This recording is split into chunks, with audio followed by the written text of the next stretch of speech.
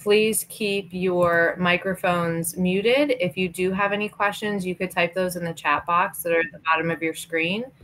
And probably at the end of the presentation, we'll go through those questions in the chat box. Sometimes I get distracted when the chat box pops up and I may answer a question as you type it in, but I'll try to hold and address those at the end because we might address your question through the presentation. So as I mentioned, we are recording the presentation. You can type those questions in the chat box, and then a copy of these slides along with the recording will be shared out. So if you want to click on any of the links that I have embedded in the presentation, you will be able to do that. All right, so I have our counseling staff listed here. I am Emily Shero. I'm the college and career counselor at the high school. If you need to reach your child's counselor, we have them listed there along with our administrative assistant and our social worker. I do want to address the elephant in the room. I have a lot of Bills, Buffalo Bills memorabilia behind me on the wall. So if you're trying to figure out what that is what it is. We are Buffalo Bills fans, so I apologize. And we're still recovering from our loss to Kansas City. Okay. So for our agenda tonight, we're going to kind of begin with the end in mind. So I will be talking about what you should be doing at each grade level to prepare, and we'll talk about different opportunities. We will also be talking about the SAT and ACT, but I kind of wanted to start with thinking about what's all included in the application, how applications are reviewed, and what goes into that process. So as you're hearing the other pieces, you kind of know where you're going to end up and what goes into that. So we have Rachel Sloan with us from the Office of Admissions at Allegheny College. And I'd like to welcome her now to talk to us about the application process and all the wisdom she can kind of fill us in on what goes on behind the scenes and what they're looking for in students whenever they're reviewing those applications. So Rachel, I'm going to go ahead and I'll stop presenting now so that you can present. And I'll mute myself as well. Okay, great. Hi, everyone. My name is Rachel Sloan, Associate Director of Admissions at Allegheny College. If you're unfamiliar, we're about an hour and a half north up 79 from you, so we're a small private liberal arts college. I have been doing college applications, excuse me, for about 8 years now. So I have looked at thousands upon thousands of applications and helped a lot of students through that process. So I'm here to kind of offer my advice and kind of tell you a little bit about how that works. So if you give me just a minute, I'm going to bring up some slides here for you.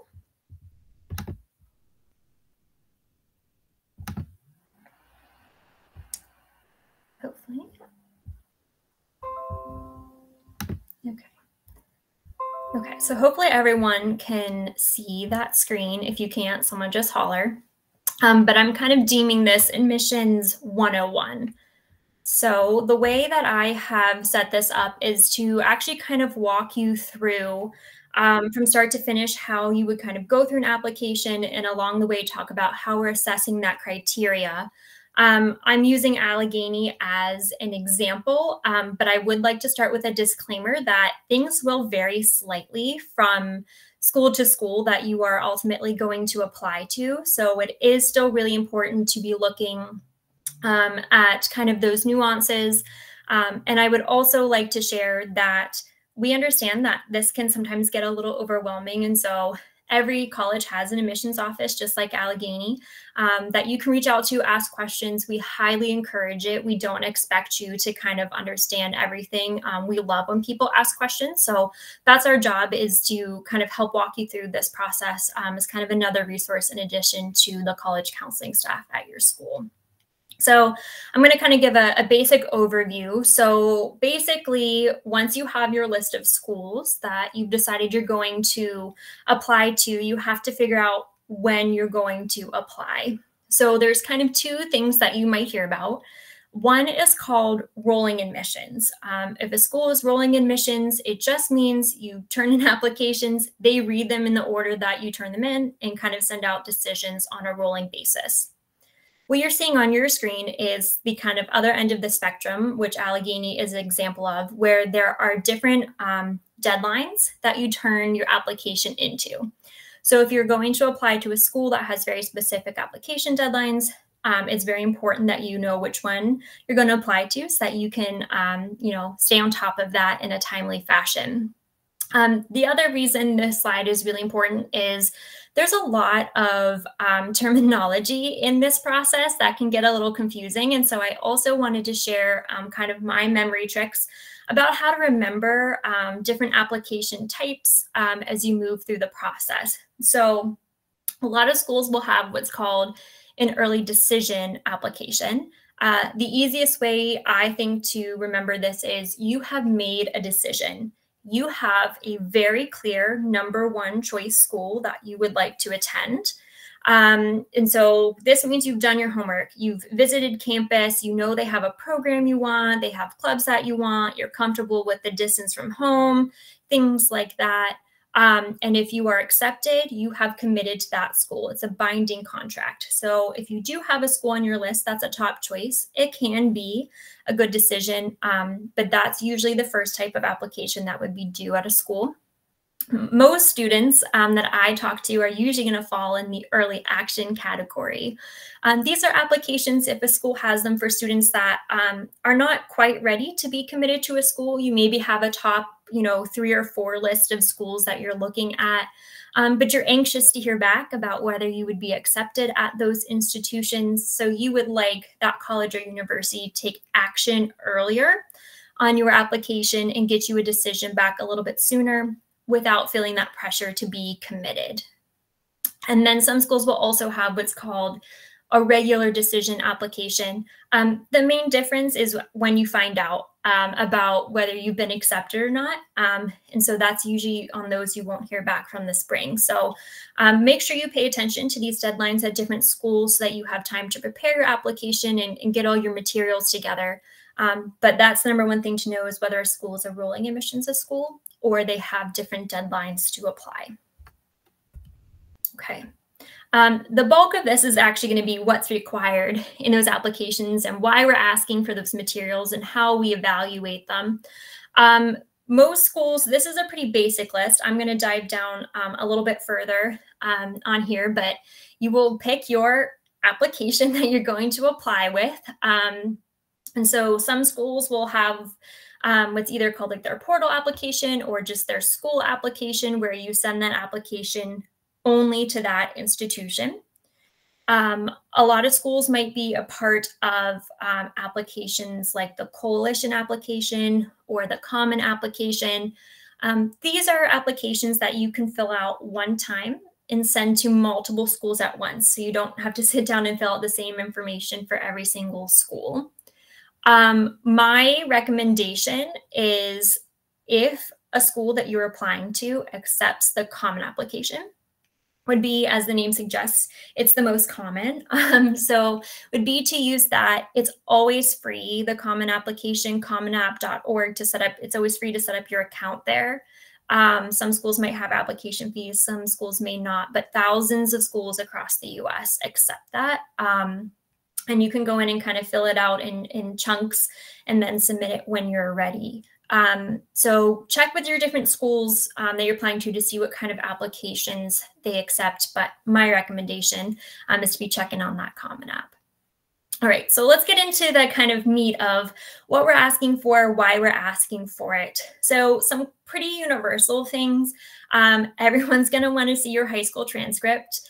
Also, if you have any college courses or anything that you've taken that don't also show up on your high school transcript, it can be nice to send those in as well. Some schools will ask you for letters of recommendation. Some schools will not. Some schools will ask you for an essay. Some will not. And we're also going to talk about test optional in a second. So let's talk a little bit about why a school may or may not ask you for these materials and how we might kind of think about them. So what we're really talking about here is schools that do what's called holistic review versus non-holistic review. So schools that do not have a holistic review are often looking at GPA and test scores as kind of a large chunk of the decision-making process. They're not quite so worried about some of the other pieces. And so they might just say, that's what we're going to require to kind of start that application process. There are quite a few schools, though, Allegheny being an example, that's going to do what's called a holistic review. So a holistic review means, yes, we are looking at, your grades and your academic performance, but we're also putting that in context of the activities that a student participates in, what's going on in their life, their letters of recommendation, reading an essay, etc. So here I've tried to highlight a couple of the criteria that we're looking at with those pieces that we ask you to turn in. So the first two I'm going to talk about in tandem. So the difficulty of classes versus high school GPA. It's okay, and I would recommend asking different colleges and universities how they assess GPA and rigor.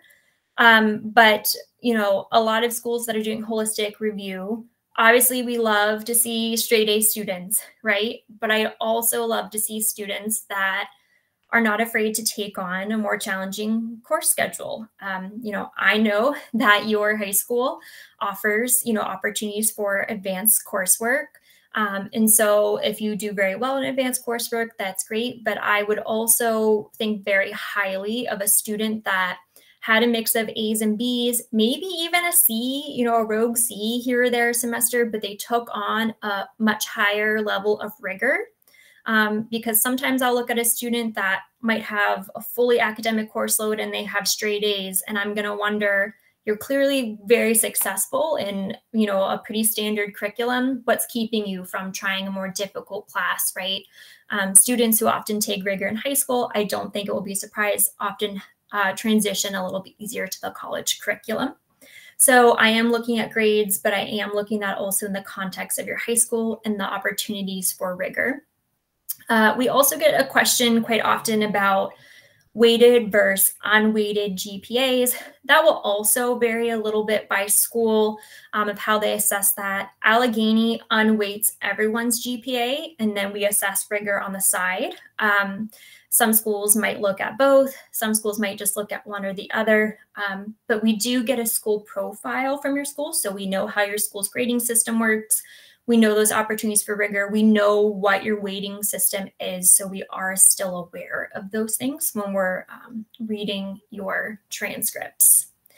I also want to say that there is space on the application. If there's something you're worried about on a transcript, something you want us to know, there's always like an additional information space or something like that where you're welcome to share, a struggle you had in a class, something you're worrying about. Feel free to include information there. Personal qualities and character, that one's pretty self-explanatory. We want to think about what kind of person you're going to be on campus. So often we're looking at a mix of what your recommenders say, the activities you're in, what you write in your essay, things like that to get a sense of, who you are as a person.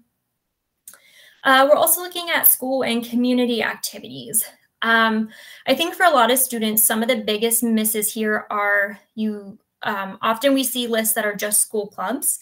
Students leave out things like if you have a job, if you have a personal hobby you spend a lot of time doing, if you do community service, or if you have heavy home responsibilities, maybe parents work full time and, the student's responsible for doing a lot of extra stuff for younger siblings or, caring for a grandparent or whatever it is. So just think about how you spend your time when you're not in the classroom as well. And, so that we can see, the student is doing all these academic things, but wow, look at all this other, how they're managing their time. Look at the leadership positions they've taken on, look at the service they've done, right? Look at their creative aspects, whatever that is. I also would like to share that I'm not quite so concerned with how long the list is. Some students might have 25 things on their list. Some students might have 3 things, but if you have 3 things that you're very committed to, that's great, right? So I would think quality of activities over length of list of activities. And so, we see this a lot, for example, with student athletes. When you have a sport, you have your practice times, right? You have your game or match times, you have your conditioning times, there's travel times often to other schools, things, right? So there's a space to put how much time you spend doing those things and to share a little bit more about those activities. So if you're questioning if something should go on the activity list, my advice is just put it on there. Guidance and teacher recommendations. Some schools will ask for letters of recommendation, some will not. Some schools might be more strict about who has to send in the recommendation. Allegheny only requires a guidance or a teacher recommendation. For some students, that's easier to get than others. So we've also accepted letters of rec from like a coach or an employer, someone else that can, really speak to who you are as a student. We're just looking for kind of someone who knows you well and can talk about that experience. But make sure you ask those people in plenty of time to go ahead and give them space to write those recommendations for you. And I'm going to circle back to the essay in just a minute because I actually want to show you a quick example. But basically, we would take all those pieces together and try to get a better sense of who the student is and can they be successful at the school they're applying to. I also want to talk about test optional. You might have, heard about trends, a lot more schools and colleges, universities moving to a test optional policy. Allegheny has been test optional since 2016. So we like to say before it was trendy. But basically, my recommendation is every student definitely take an SAT or ACT so that you have a set of scores should you need them to apply to a school or for a scholarship, something like that. But they may not be required for admittance to a college or university. The other question you can ask is how it might affect scholarship opportunities as well. At Allegheny, students can still qualify for full scholarship, even if they go test optional. But basically, my recommendation for students, if you are deciding whether or not you want to submit your test scores, is to find out kind of what the average test scores are for the colleges that you're applying to. If you fall, kind of within that range or above it, it's probably okay to submit your test scores. But what we really do is test optional is a really great way to help students who maybe don't think their GPA is showing as strong as it could, and you have really great test scores. So a personal example I like to give is, over 20 years ago when I was 16, I got in a car accident on my way to my SAT. My test scores were not super great. My GPA was really strong. I just decided to be test optional because I didn't think that reflected very well. Kind of the reverse is maybe you're a student who had a harder transition to high school, or you had a really big health issue where you just have a semester that's a little off, whatever your situation may be, but you have very strong test scores. You can go ahead and send those in as a way to help boost your application. So it is a good question to ask different colleges and universities a little bit about, how they might use that information, but, not required at every single school as well. All right. And lastly, I want to talk about the essay. If a school requires the essay, I spend some time on it. We do read them. And what ultimately my advice on the essay is be yourself. That is my #1 piece of advice. Tell me a story, be yourself. I am not going to sit there with a red pen and, grade it. I am looking to see if you have proofread and have a good quality of writing.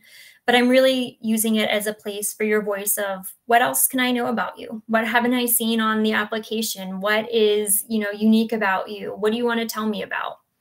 I've actually included the list of, these were the prompts for the essay on the Common Application this year. They're usually pretty similar from year to year. So there's basically a prompt for everything out there. I do want to throw a little bit of caution. There is a prompt that says share an essay on a topic of your choice or one you've already written. That does not mean submit your history paper or your English paper.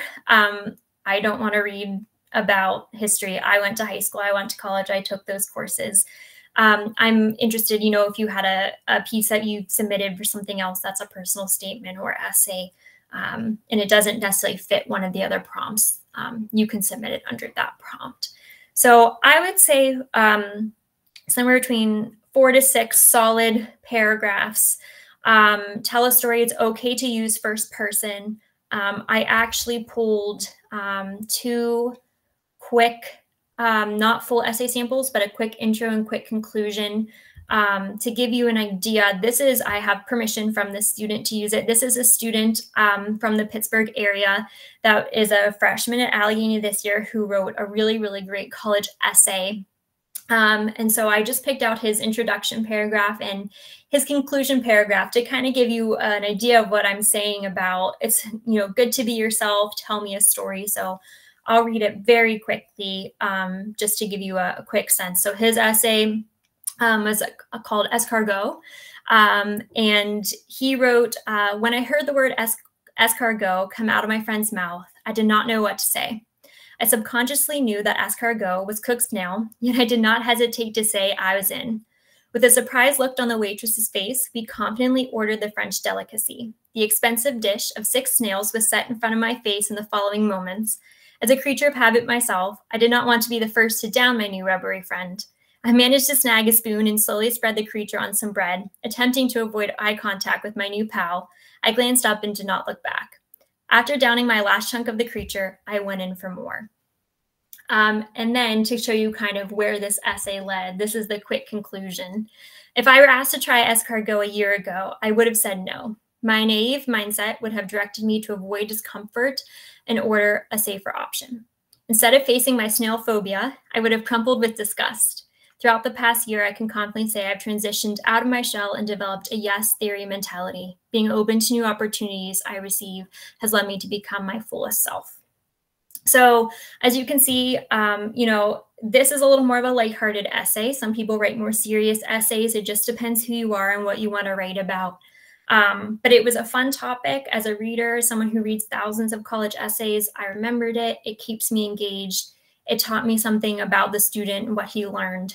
And so I would encourage you, if you have the opportunity to go to essay workshops, to get someone to look at your essay, to take advantage of those.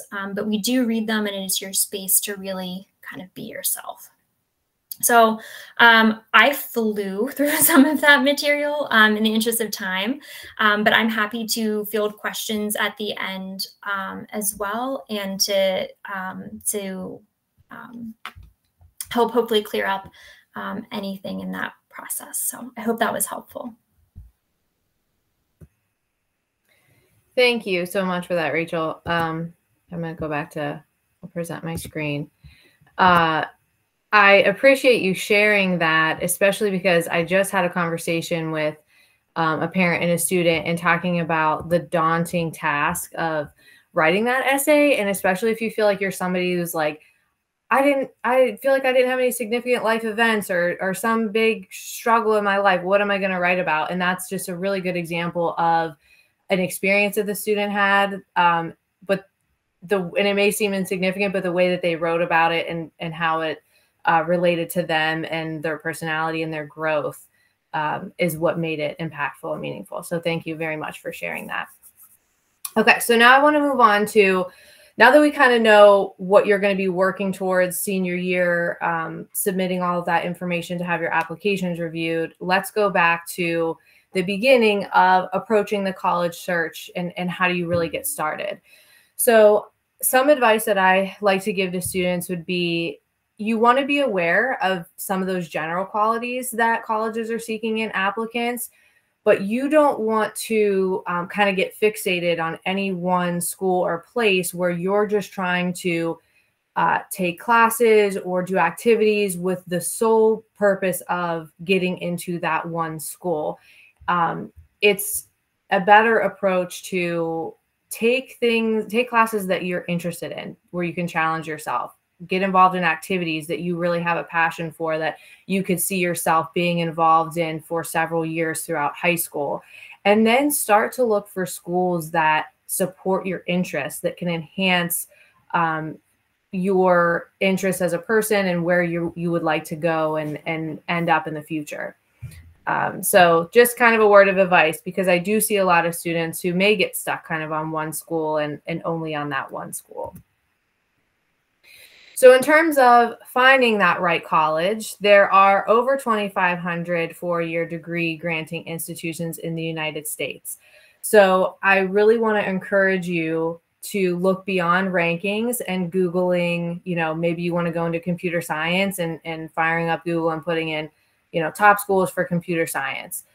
There are lots of other factors that you want to consider and be mindful of as well. Sure, programs and strength of programs being one of them, but there are other things that may be important to you or your child whenever you are choosing a school.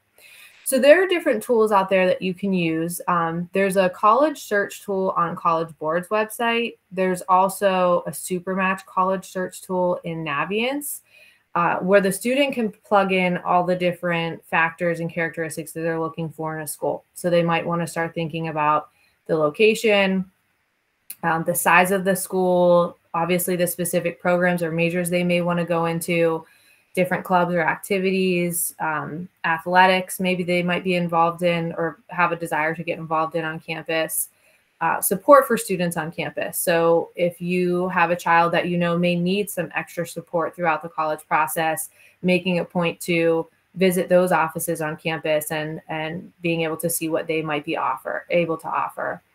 Cost, financial aid that could be available through the school, scholarships that the school may have available. And then you also want to be mindful of that academic fit. So what is the average GPA range? What is the average SAT or ACT score? Am I within that range? Am I above that range? Am I well below that range? And kind of building out that list so that you have a balance there where most of the schools should be falling in that target range for your child. And then you absolutely need to have at least one safety or likely school. And then possibly having some schools that are more competitive that they're looking to or hoping to get admitted to as well. So again, I'll share out the slides because I have links embedded in these. You could also take a look at the Department of Education's college scorecard, where you can find out graduation rates, average income, average costs after aid. So you can take a look at all of that information for different schools that you may be interested in as well. All right, so I mentioned Naviance in the last slide. Every student has a Naviance account. They access that through their ClassLink dashboard. So when they log into ClassLink on their computer, all of the apps that they use throughout the day are populated there. Naviance is one of those. They could just click on that Naviance icon and it'll automatically open for them. They do not need to enter in a username or password for that. As I mentioned, the Supermatch college search is in Naviance.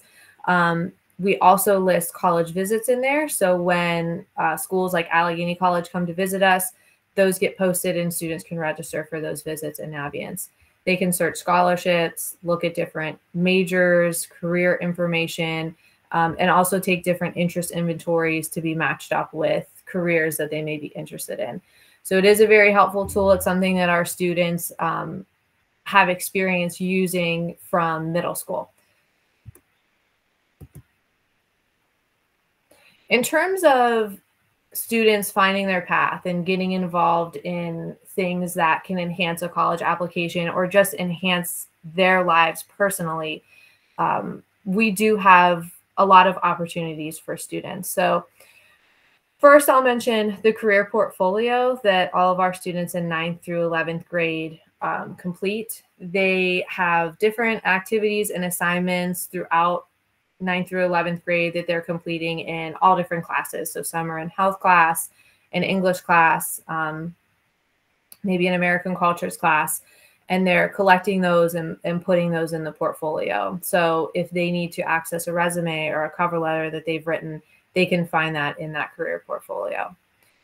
As I mentioned, there are the career exploration tools in Naviance that students have access to at any time. And then I also embedded a couple links for you. The extracurricular activities and clubs list takes you to that list of clubs. It has the description for each club as well as the advisor if the student wants to get in contact with them. And then I also have a link to the career planning tab on our website. So on that career planning tab, we have volunteer opportunities listed. enrichment and internship opportunities, and also any job opportunities. So that's information that comes into our counseling office, and we want to make it as accessible to students as we can. So we have a live doc on the website that students can access at any time to be connected with those opportunities.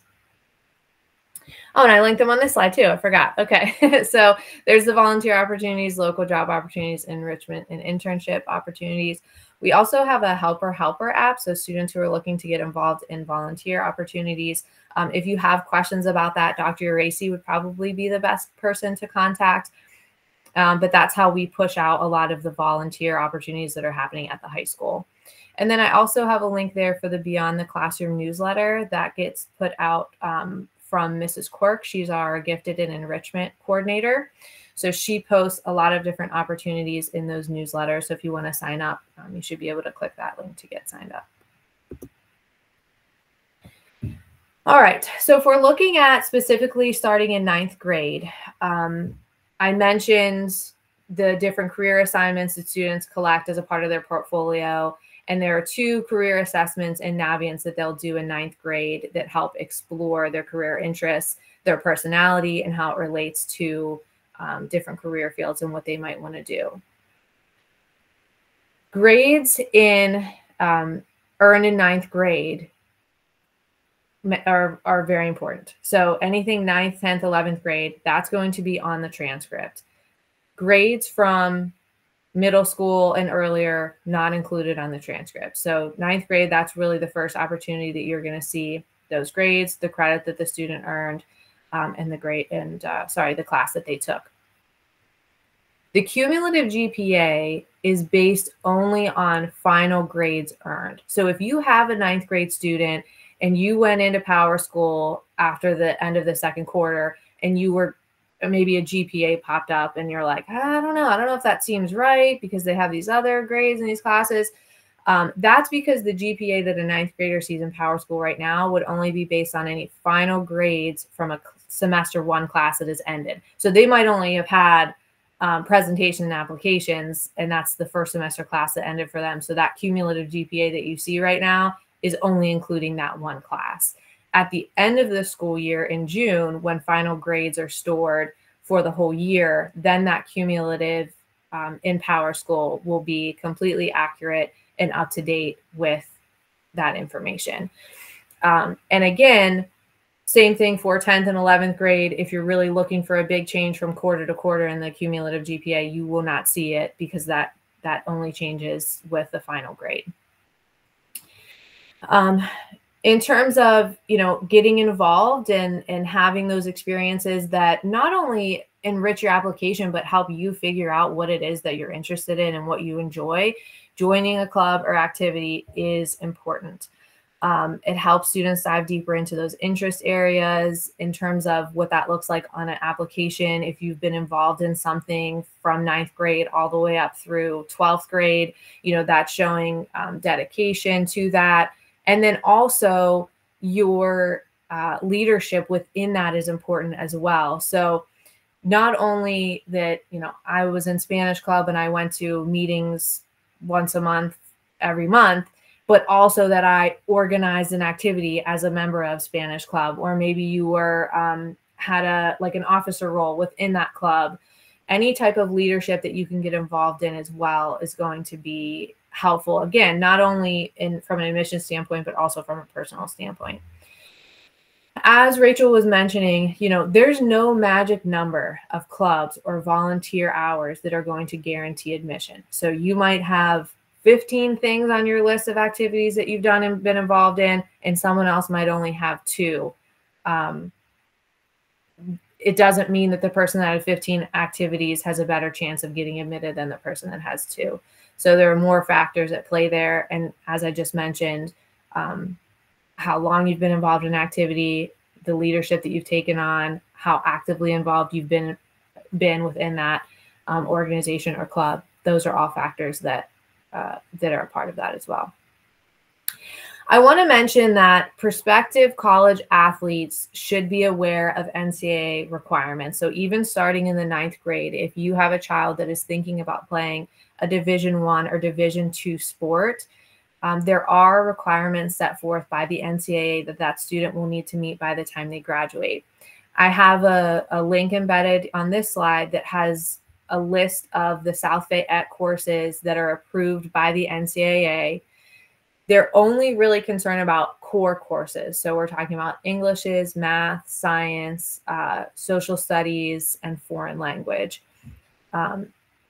Most students, if you have been a student with us since 9th grade, you're taking the classes that are required by South Fayette, and you have not had to repeat any classes.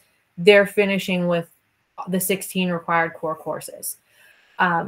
But I have to say, if you are a Parkway student or a parent of a Parkway student, Parkway students will need additional courses and a slightly different schedule senior year than they would traditionally have if they want to meet those NCAA requirements.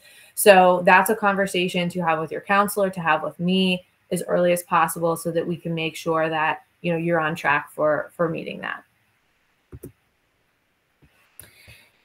So in 10th grade, obviously you want to continue the good habits that you started in 9th grade, giving it your best in all of your classes, participating in those clubs and extracurricular activities.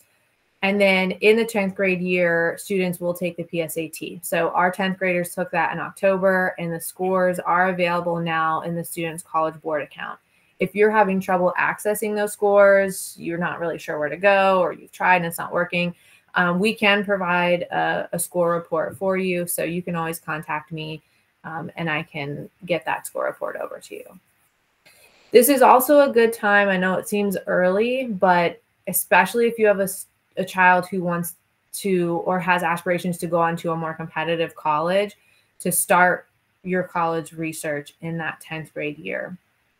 So starting to figure out, okay, if these are the schools that I'm interested in, what kind of classes should I be taking then as a sophomore, as a junior, as a senior, so that maybe if there's a required level of math for a certain program that you're going into, that you're aware of that and you're working towards that, so that you can make sure that that's going to be included in your schedule during high school.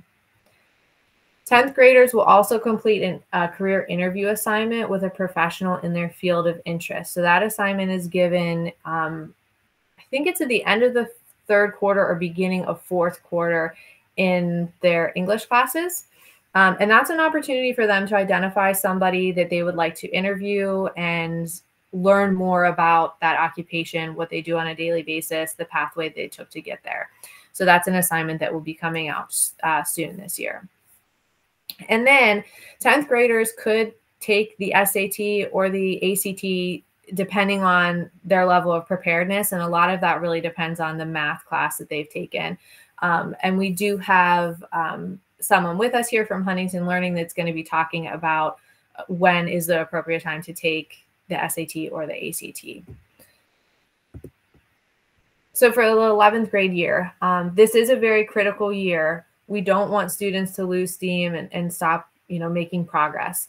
The grades in the junior year are very important. And the reason for that is when students are applying, they're going to be applying within the 1st quarter of senior year, which means that all that will be on that transcript are the classes they're taking for senior year. You won't see any grades listed there if you're applying early. So that means that those admissions counselors are just seeing grades from 9th, 10th, and 11th grade year. Sometimes our students think that they could make up for time, or they still have time to bring their GPA up in the senior year.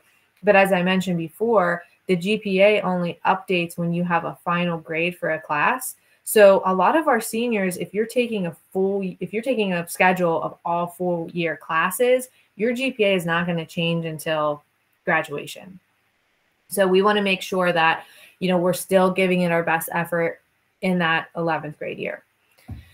As I mentioned, the PSAT is given in October. So our 11th graders took that in October. This was the first digital administration where students took it completely on their laptops.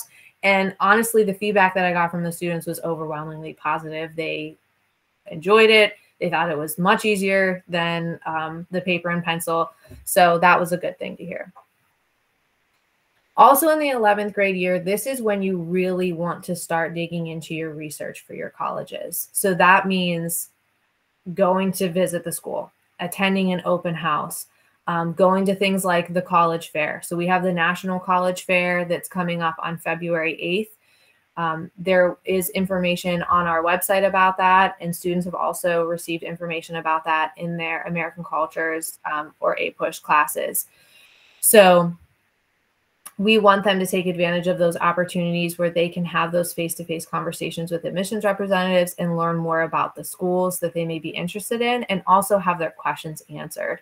So when students are making that list and trying to plan for applying, they should be aware of things like make yourself aware of admission requirements, any academic courses. So we talked about that already for 10th grade year, to be aware of that. But if you haven't thought about it until 11th grade, you really need to know, are 4 sciences required? Do I need to take a 4 science next year? Like I said, is there a certain level of math that I need to get to? Is there another level of foreign language that I should be taking that's required for admission? So just being aware of those things. And it can be difficult because every school can have a slightly different requirement or recommendation for students. Also being aware of things like, I have shadowing hours on here. That's something that I added recently because we do have a lot of students that are interested in going into things like accelerated PA, like physician assistant programs, physical therapy programs, maybe a BSMD. So that's a bachelor's to a medical program that would be accelerated, or they have guaranteed admission for that. And sometimes as a part of the requirements for those, they do want to see that the student has done some shadowing hours in that field. So that's something to be aware of as well. And then I included test optional policies on there, which we have talked about. Of course, you want to make yourself aware of important dates and deadlines for applications as well. So my best advice to students is, as you're exploring your schools, the ones that you think you're interested in and you'd like to apply to, you want to make a list of those in a spreadsheet. You want to put next to that school, what is the deadline for the application? And then you want to have a column that includes everything that school is going to need from you. Most of the times you could find that on the school's website. So will I need to write an essay for this school? Am I going to need letters of recommendation? Who do they want those letters of recommendation from? How many letters of recommendation do they want? Is this a test optional school? Do I plan to submit my test scores here? So again, just kind of having that map for yourself of the places you're interested in applying, the deadlines, and then what those requirements are. The 11th grade students will also complete a career interview experience in their through their English classes. So same assignment as they had in 10th grade. Obviously, we encourage them to interview someone different. Maybe there's a couple careers that they're considering. Their interests have changed. So we want to give them that other opportunity to talk with a professional. Taking the SAT or ACT. So if the student did not take that in their 10th grade year, they should absolutely be taking that in their 11th grade year. Again, applications for college are going to be early on in senior year. So first or second quarter of senior year, you're going to be applying. You don't want to wait until then to then take a test, see how you do, decide if you want to send your scores. You want to have that information before you even start the application process. So highly recommend students take one of those exams in the junior year. We talked a little bit about NCAA. So by the 11th grade year, students should register with the NCAA Eligibility Center. I have that linked in the presentation, so the site where you would go to register. And then I also have the worksheets linked there for Division I and Division II. So it outlines for you what all of the requirements are for the 16 core courses and GPA requirements. The students have to register before they can participate in an official visit. So if a college coach is inviting your child out to visit and they're going to be paying for any portion of that visit, travel, lodging, meals, that's considered an official visit, and the student has to be registered with NCAA Eligibility Center prior to that visit. If you have a child that is going to pursue a sport in college, as I mentioned, I would love to have that information, know that information, so that we can look through their classes, make sure they're meeting all the requirements, and they'll be good to go. I do meet with every junior for a junior meeting. That's really a post-secondary planning meeting. So that's just an opportunity for us to talk about what they think they might want to do, what their options are. And then we can get a little bit more specific about schools that they're interested in, where they're falling, if there are any requirements, that they may need to be aware of, questions they have, application questions. It's a chance for us to meet and talk about that. And then before 12th grade, you really want to have a working list of the schools that you plan to apply to, because applications are going to open August 1st before we start senior year. Okay, so that was a lot for me. We're going to switch up a little bit, and then we'll come back to me at the very end. I do have on the call with us Lori Simcoe-Strennan. She is from Huntington Learning Center in McMurray, and she's going to talk about the SAT and the ACT. So, Lori, are you with us? I am with you. Thank you so much. I'm going to mute myself, and I'll click on to your next slide, okay? Okay, great. Thank you so much. Yep. First of all, I want to thank South Fayette for letting me to spend, this evening with you and go through and talk about this SAT, ACT test that your student's going to be taking during high school. So basically, in general, how are the SAT and ACT scores used? You've heard from, Rachel up at Allegheny College. You've heard from your guidance counselor talk about, the test compares students using a common yardstick. So basically, if they're looking at your application and they're looking at your GPA, but they're also comparing it to possibly someone who's in Ohio or someone who's in Michigan who has the same GPA, looking at their test score for SAT or ACT may be the determining factor to see if that student should be able to go through and take that seat in their college. Also, to determine if a student can handle college level work.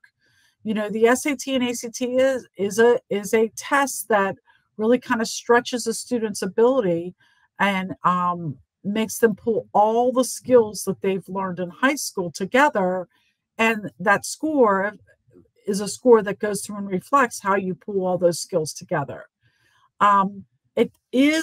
There is data out there that basically if you do submit your SAT or ACT scores, that helps add more data to your application. So again, it helps the college admission look at that data for them to make the best choice for that school. And sometimes at some schools, they need it for financial aid or scholarships. Not all schools, so do your research on that.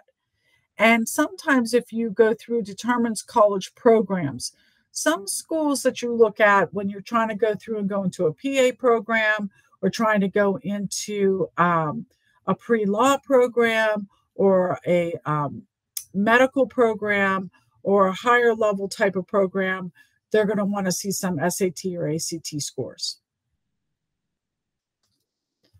6 reasons why students should take the SAT or ACT. Many schools prioritize standardized testing and admission process, and numerous schools are strongly recommending submitting the scores. Just like your guidance counselor just said, you never know. You may be going through and say, I'm going to only apply to schools that are only test optional. Then all of a sudden you go to a college fair or you go visit the school, and guess what? They need a test score. So I always say, take that test, get the best score you can, and you have it in your back pocket. So it's there when you need to go through and use it. SAT scores and ACT scores may be used for high school graduation requirements. There are some states in the United States that are using that for high school graduation requirements versus like Keystone testing in Pennsylvania. SAT and ACT scores enhance applications to competitive schools. Absolutely. The more data that you have, the stronger scores that you have on your application do help for those competitive schools. College consider sometimes SAT or ACT schools for merit-based scholarships.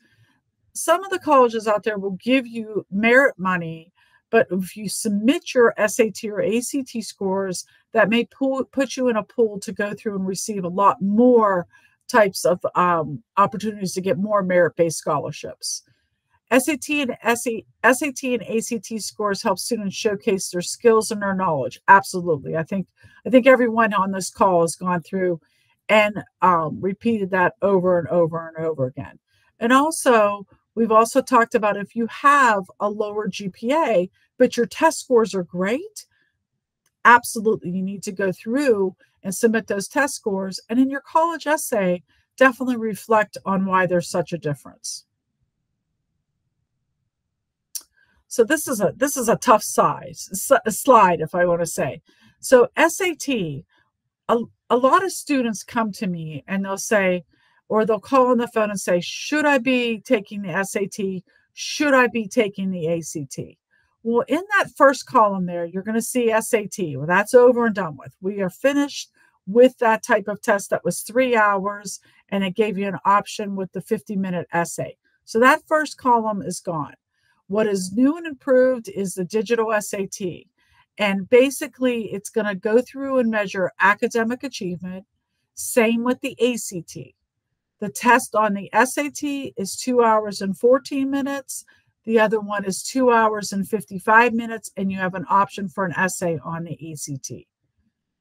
The essay is an optional. Right now with the digital SAT, they do not have the essay. ACT, it is optional. You do not have to take the ACT with the essay. The score range is exactly the same on the SAT. It's 400 to 1600. On the ACT, they use a scale score from 1 to 36. The average ACT score is a 21. The average SAT score is a 1060. That's a national average. Scoring, there are no penalty for wrong answers on either one of the tests. Some of my parents will come in and say, oh, no, on the SAT, you get penalized an extra quarter of a point. That was when you took the SAT.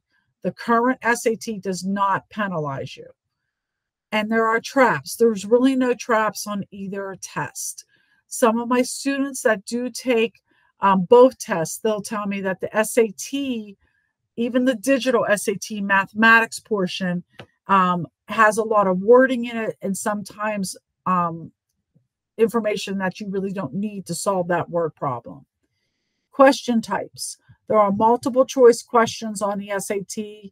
Then there are also student-produced responses in the math section. So that means there are problems on there that you can definitely use your calculator for, but you have to come up with the exact answer. So you're not choosing A, B, C, or D. If the answer is 1.58, that's what you're inputting. On the SAT, the entire test is multiple choice. And the passage length, what they have done with the digital SAT, they've made the passages shorter in length, but you have more of them. So they could be 20 to 150 words. On the ACT, the passage length is between 800 and 1,000. The SAT overview. So this is the big question that I get a lot from my parents and students. The SAT test now is a linear test. That means it's going to change in difficulty as you take this test. So what happens is everyone will sit down and take the first module in the reading and the writing, and you will also take the first module in the mathematics.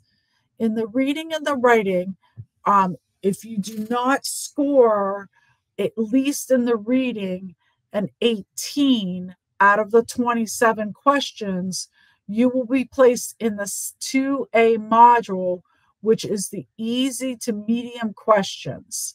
If you do get the score above an 18 out of the 27 questions, you will then be put into module 2, which contains medium to hard questions. So you might be sitting here thinking, oh, great, I'll just go to module 2. But what happens is they cap your score. You do not have the opportunity to get a higher score. So the highest that you could possibly get if you get put into module 2A would be a 600, and you really have to do in that module 2A. Now for mathematics, I'm sorry, forgot to talk about math.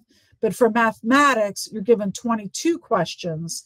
And to go into the harder module 2B, you have to at least get 15 out of those 22 questions correct.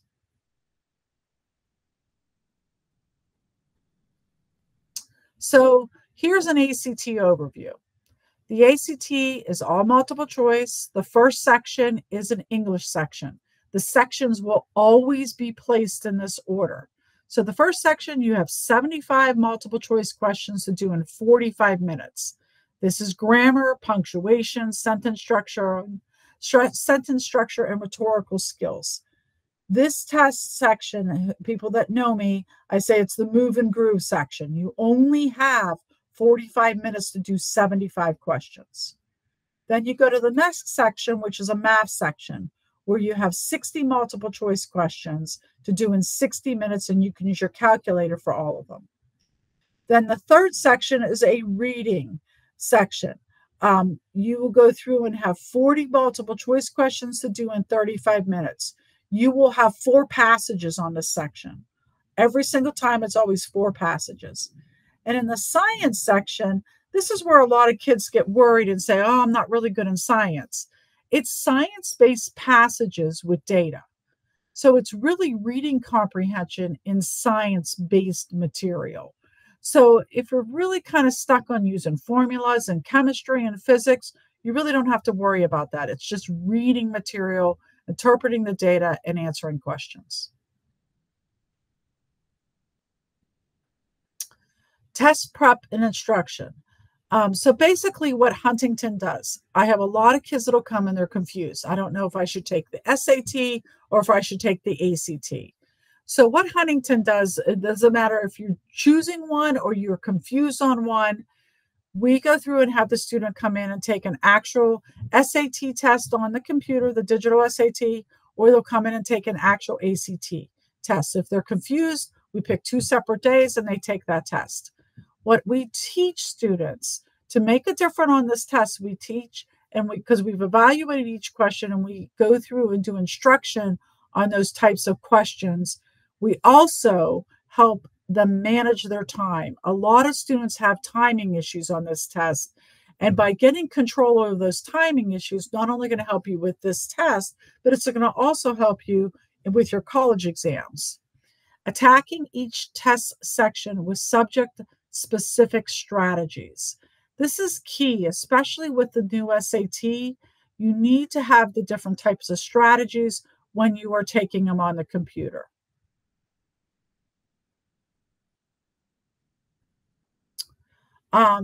So of course, these are some really great comments from some of my parents.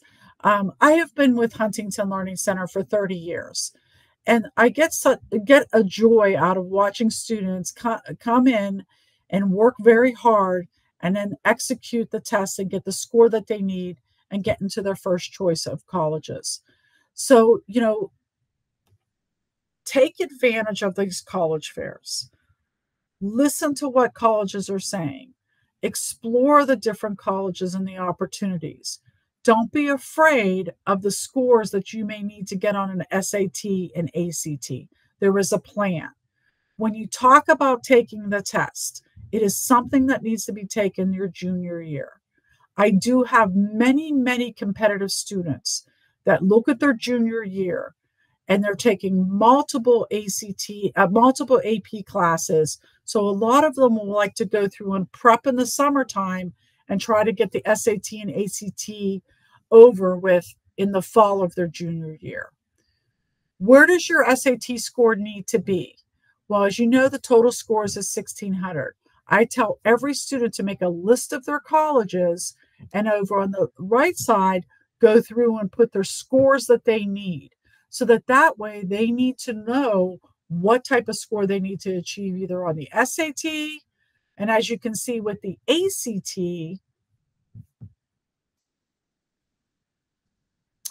the average score is a 20. And again, these are national averages, but you can see where the top scores are. The range is 1 to 6. You write that school down too. Pretty much every college that I've come across will take both tests. So it's important to make sure that you're in the right fit, the right test, you know the goals that you're trying to reach, and have a plan. And if you need help with that plan, I'm here to help you.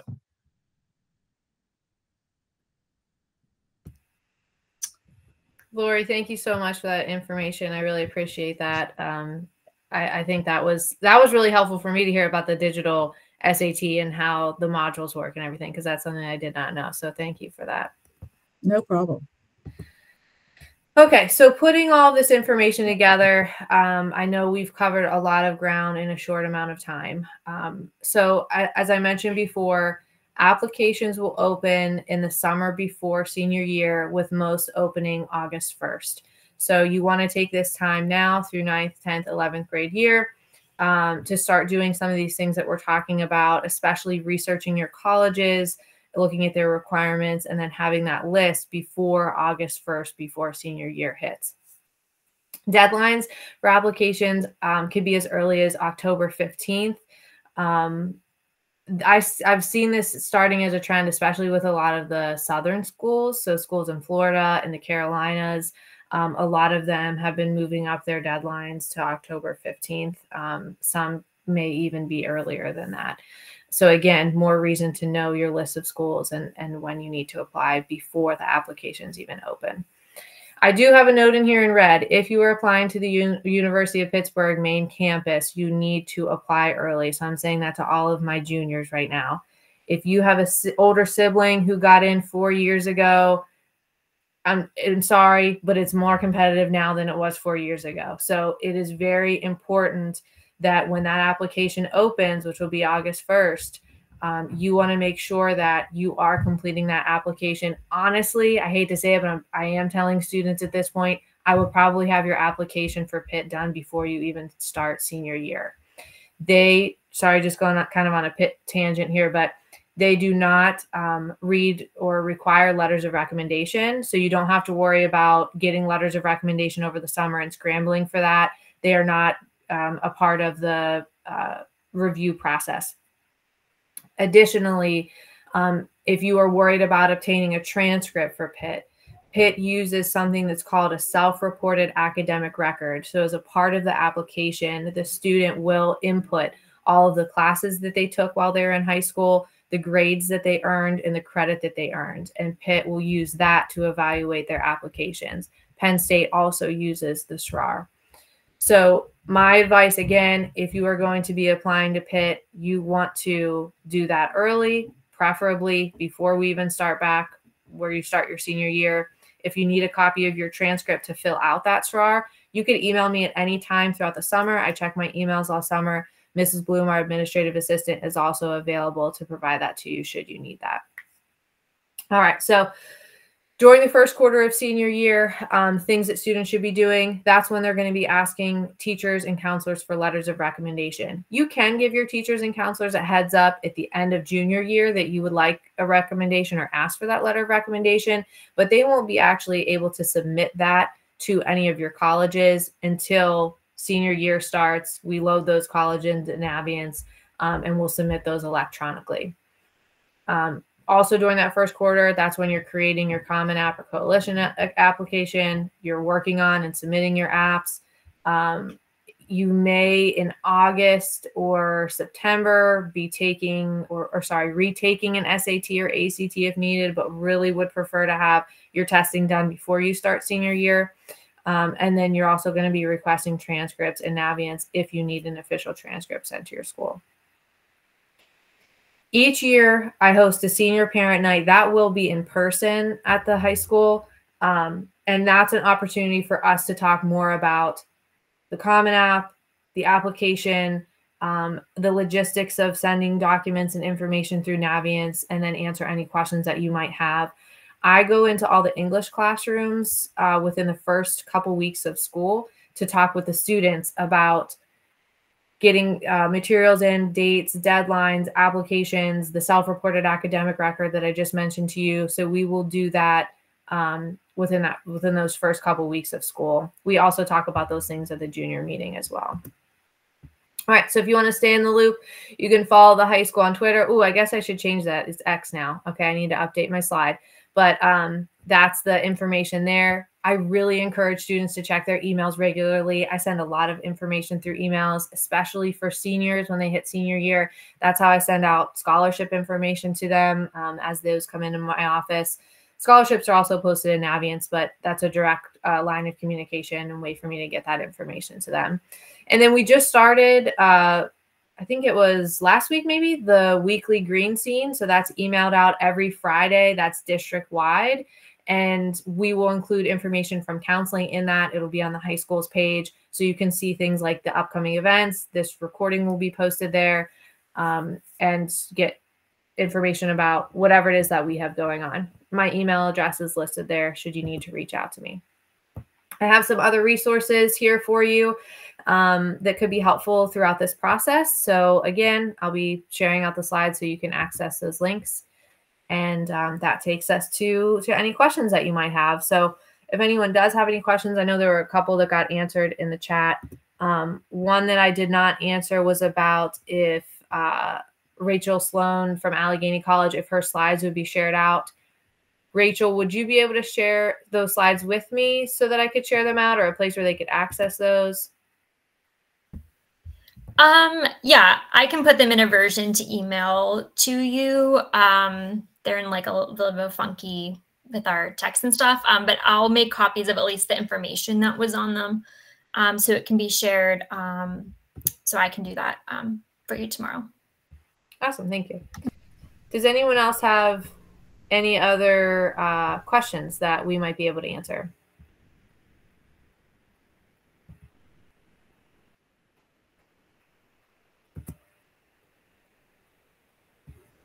I think someone just raised their hand. I think you could unmute if you want to ask your question.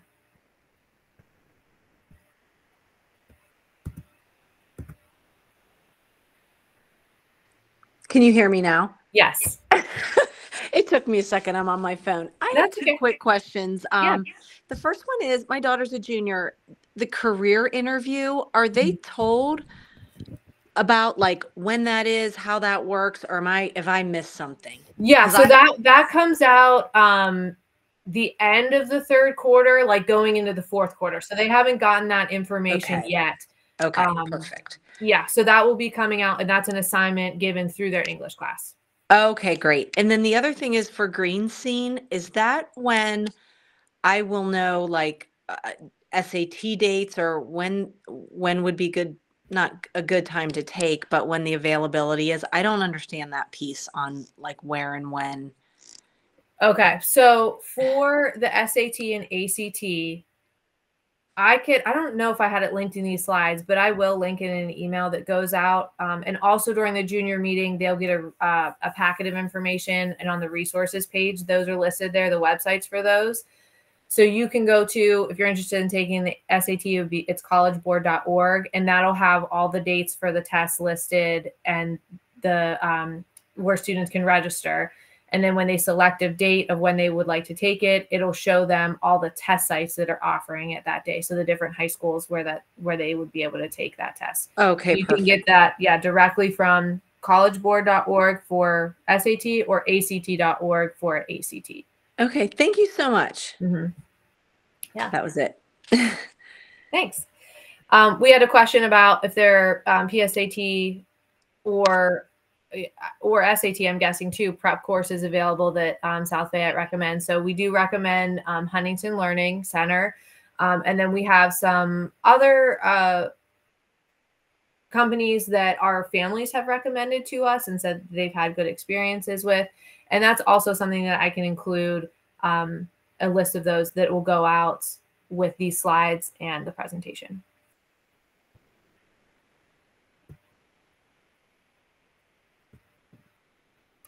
I'm going to hang around just for a couple minutes if anyone has any other questions that they'd like to ask. But I do want to say thank you to everybody else for joining us, and I hope everybody has a nice weekend. In terms of resources for scholarships, so I could also share that out, and that's in the junior meeting packet. I believe we have, I don't know if I have the sites listed on our website, but there are some websites like goingmerry.com, Scholarships America, CapEx, Unigo. Again, I will put that in the email that goes out with all of this information. Anything that's local that comes directly into our office, though, we list those in Naviance. So students could go into Naviance, and in the colleges tab, there's a whole section for scholarships.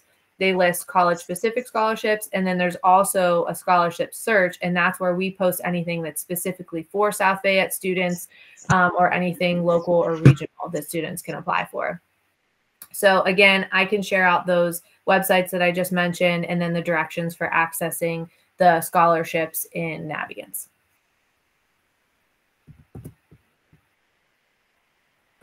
There's a question about when is the junior meeting. So I'm almost halfway through with junior meetings. At this point, I start them in November, and they usually run all the way until April. I do them in alphabetical order. So I right now just started the H's is where I am. So if you haven't gotten a letter yet about the junior meeting, that's probably just because it hasn't been scheduled. So you will receive an actual letter in the mail home that has the date and time listed. They're scheduled around your child's electives or study halls so that they're not being pulled from a core course. Parents and guardians are invited to attend. They're not required to attend. So we do have some parents who come in person. We have some parents who attend virtually. And then we have some students who are just in that meeting on their own.